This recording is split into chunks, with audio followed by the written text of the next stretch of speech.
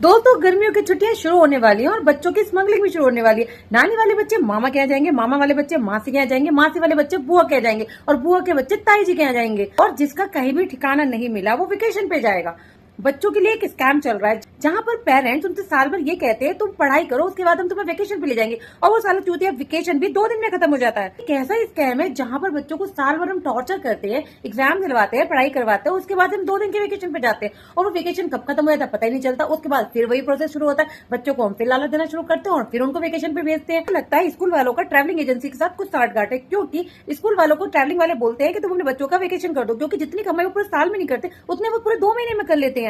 बच्चे यहाँ से वहां जाते रहते हैं बिना मतलब, क्यों? क्योंकि उन्हें वेकेशन पास आउट करना है। ज्यादातर वेकेशन नॉर्थ में ही जाते हैं क्योंकि उन्हें गर्मियों की छुट्टियों के लिए ठंड चाहिए। नॉर्थ एनवायरमेंट इतना परेशान हो जाता है कि वो पूरा झेल ही नहीं पाता और वो लैंडस्लाइड करता है, बारिश करता है, तूफान करता है और बेचारे उसके बाद टूरिस्ट फंस जाते हैं। उसके बाद कहते हैं कि गर्मियों की छुट्टी में ट्रैफिक होता है, ट्रैफिक आप लोग।